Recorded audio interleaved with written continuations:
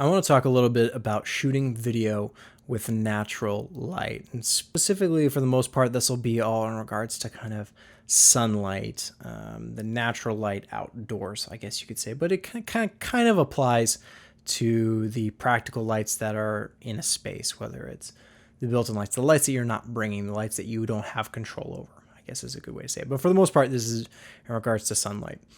Photographers have it really easy, and you'll see a lot of posts online, people talking about shooting with natural light and how great it is and how easy it is. You just get some reflectors, you get some diffusion, bounce light around, and you can make something that looks awesome. And that's absolutely true for photography. It's really nice.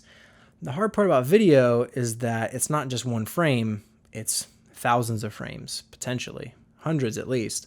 And when you're dealing with video and that natural light, that sunlight, it's probably changing. You have short windows where, there's golden hour, right? What everyone talks about, golden hour. It's so great.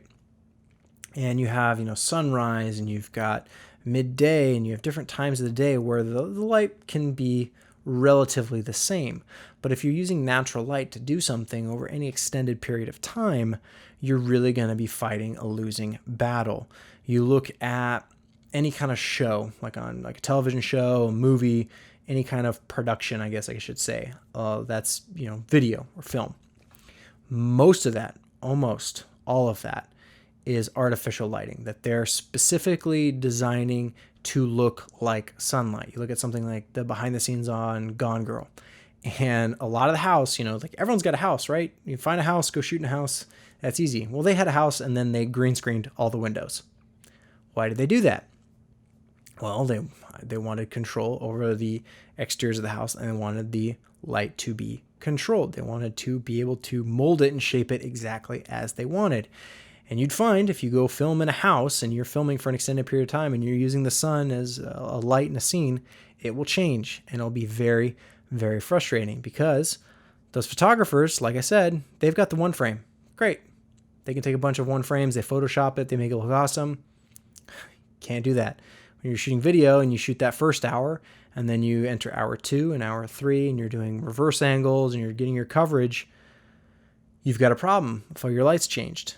And you can do some things like you can diffuse it, you can flag it off, you can try your best to control the sun, but it is a losing battle because it will change. And you could come back the next day, I suppose, if your budget allows for 2 days of shooting, and you come back the third day, the fourth day, those same times. Sure, you can make that work. But for the most part, for a lot of stuff that I do, I really like to have control over my light.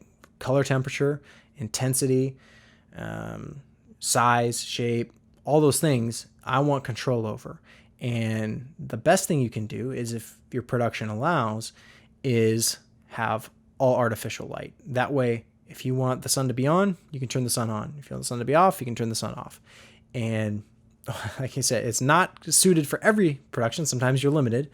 But even on things where you have to shoot in a particular room or environment and you're forced to that, you may want to consider not using natural light, not intentionally avoiding the sun because you can't control it in that situation. You really got to keep these things in mind, because I see a lot of videos. I see a lot of people who shoot with natural light because for whatever reason they don't want to bring lights because they're heavy or something. I don't know. They don't want to bring lights, and so they shoot with natural light. But then throughout their video or throughout their production, you see those differences. And you can maybe if you had a good colorist who could kind of cover some of that stuff up, that would be an option. But some things are so drastic that you can't fix in post-production. So if you're looking at doing a production and you have to film over an extended period of time, it's not just a little window to film in, you probably want to avoid natural light. A lot of the lights that you find like in a room, in a space, the practical lights that are in the scene, maybe you go into a room and there's lights already built in, you probably don't want to use those either.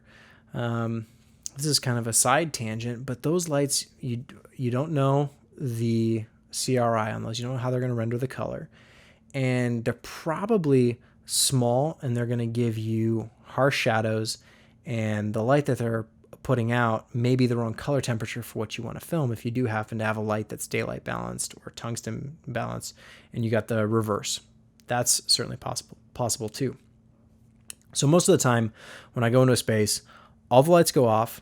I either block out the sun completely, or I know, all right, we're shooting from this, this time to this time. The sun will be in the right spot. We'll be fine, or do something to kind of combat the sun. And everything else is the lights that I've brought or we've brought to the set or the space, because that's going to give you the most control. And ultimately, it's going to make the production run smoother. That's for sure. And it's going to give you a better looking final product. I know the photographers love their natural light, but for video, it's a little bit more complicated. So you kind of do what you have to do. And the great thing about lights is, like, you can get lights that aren't that expensive. You can get tungsten lights pretty cheap. You can find fluorescents, LEDs, whatever it is, and you can use modifiers to make it soft, sharp, focused, unfocused, whatever you need to do. And you can do it pretty cheap. There's, the high-end, really expensive brands, but there's also some cheaper options available too. Maybe not as feature-rich, maybe not as nice in terms of like the quality, in terms of what the light actually looks like, but you can make it work.